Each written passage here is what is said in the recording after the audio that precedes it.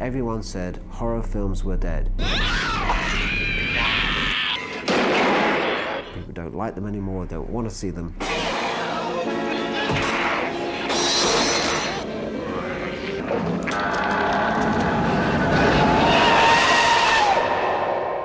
The early 80s, I started a company called Palace with my partner Nick Powell. We're all in our early 20s, we're all film nuts. We all work 24 hours a day, none of us ever really cared about anything but movies. It was very, very early days of video.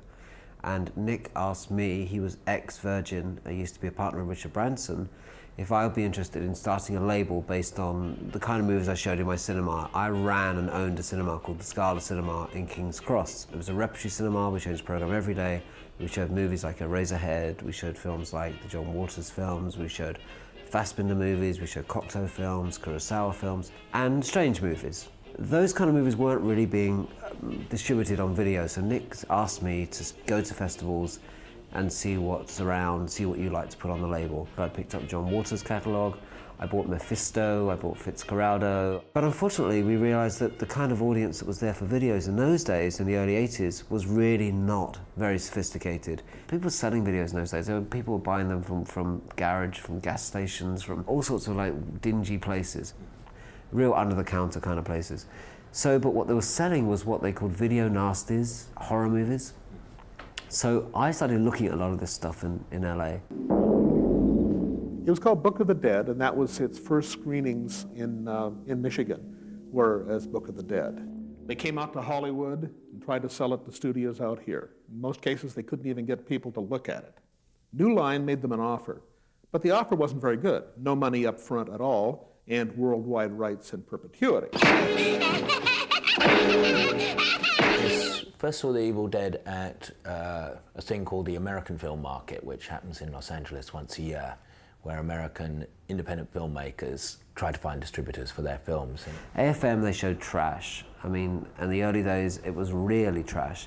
It was garage band kind of movies. It was real gonzo films. Stuff that really mainly was seen by people at home on their own while they're sharpening their chainsaws. It was my first visit there with my partner, Stephen Woolley, and he had seen it and came back to tell me very excitedly that he'd seen this terrific horror picture that had like all the elements and was bloodier than anything he'd ever seen before. And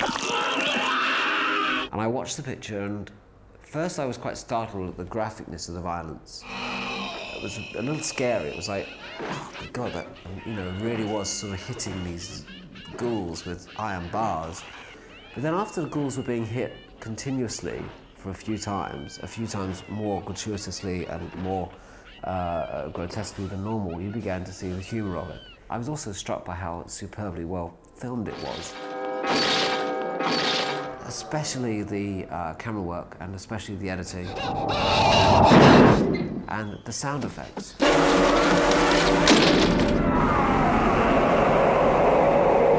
There's a beautiful shot that goes across the rafters, and as it passes the two rafters, for no reason whatsoever, it makes a noise. So it goes across these rafters and it goes wah, wah, wah. It's absurd. It's a sound. It's making the sound of a camera passing an object. I rushed out to buy it and was confronted by this old guy called Irving Shapiro. He had been in film distribution since the 1920s. Among the films he distributed over here were Nanook of the North and The Cabinet of Dr. Caligari. He had actually sold Battleship Potemkin in the 30s. This guy was a really old guy.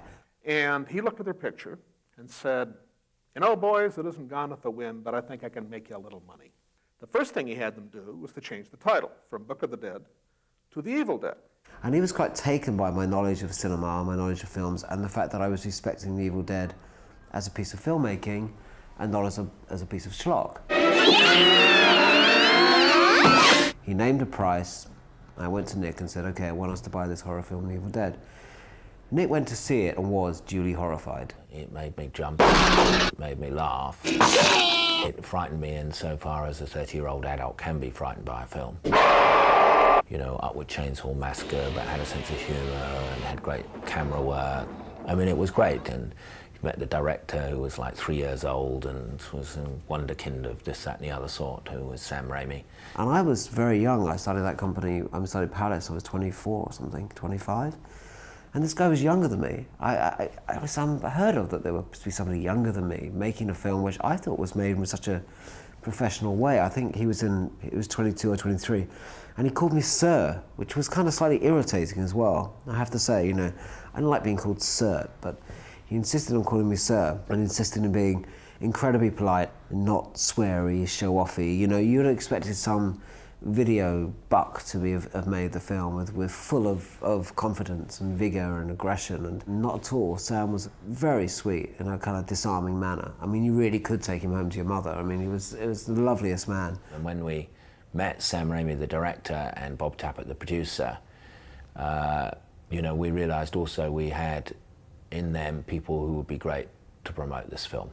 The other most influential person in getting Evil Dead known was, in fact, Stephen King. King met Sam at first thinking he was a busboy, and then saw the film, and King says, it blew him out of the back of the theater. We had a very specific idea about the kind of campaign we had. I used a guy Graham, never done a campaign in his life, a horror film, sent me some things just as a, you know, off the top. I'm at art school, here are some drawings. And he did some drawings of old horror movies that were done in a particular style. And it was a terrific poster. And Graham's first poster, you know, this kid has never done a poster in his life. That was the kind of decision we were making on The Evil Dead. It wasn't just the film itself, it wasn't us cashing in on a movie that we could do a few videos on. It actually established what Palace became.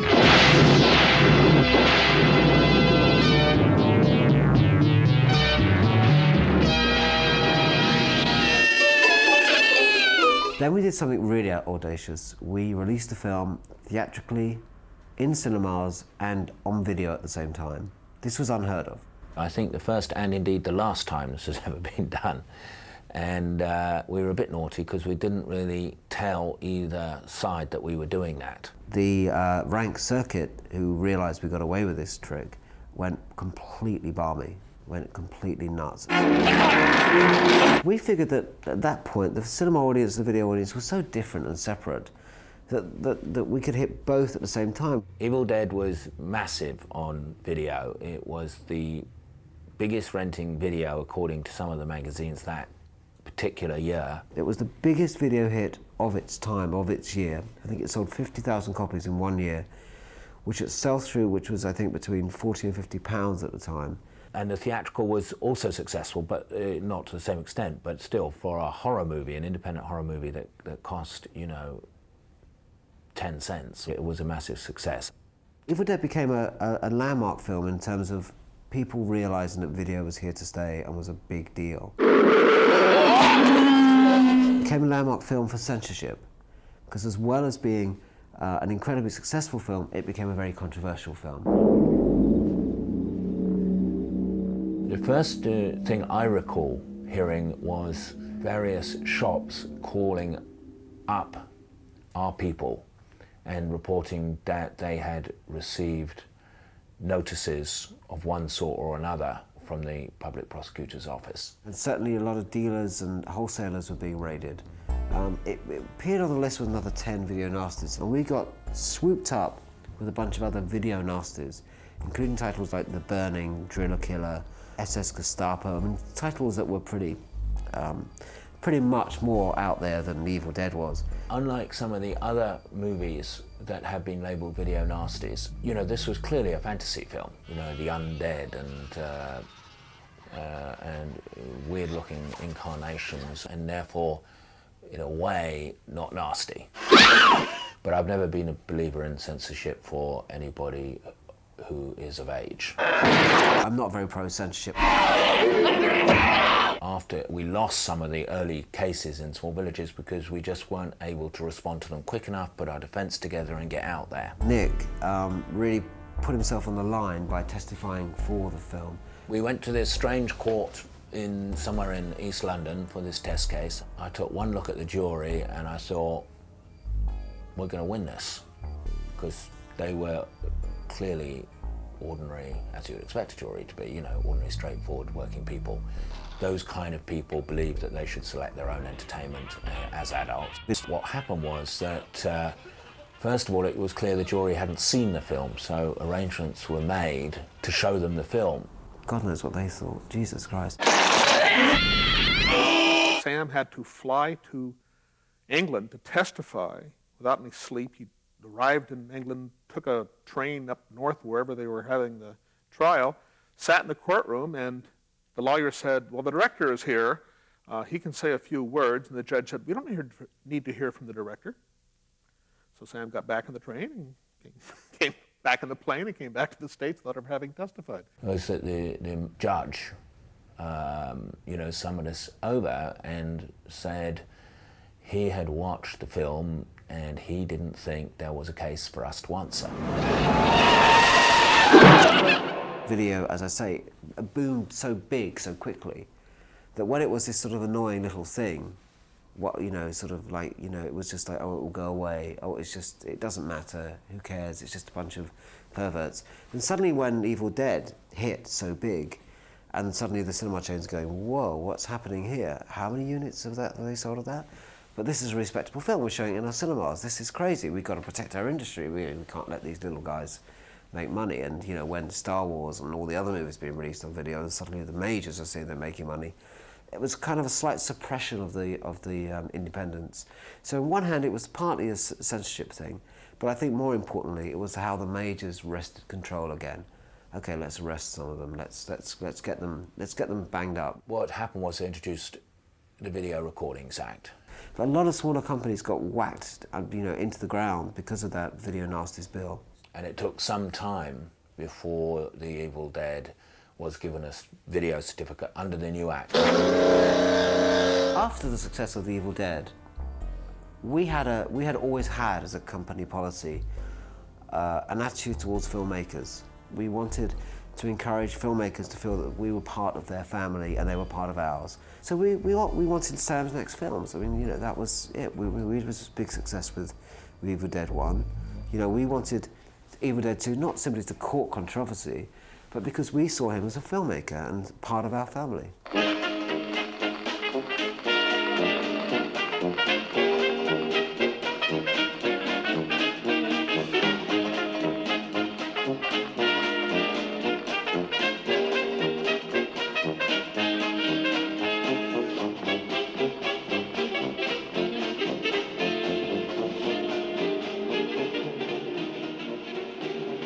But he's gone on to make some fantastic films since, of which Simple Plan is just fantastic, Sam. I just thought I'd let you know that, in case you see this.